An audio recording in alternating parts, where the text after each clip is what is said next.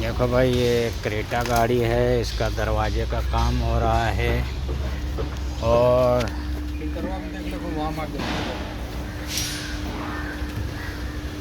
Engine oil वगैरह change हो रहा है और कूलेंट चेंज हो रहा है, गियर ऑयल चेंज हो रहा है, एयर फिल्टर चेंज हो रहा है और इधर फिल्टर वगैरह है। ये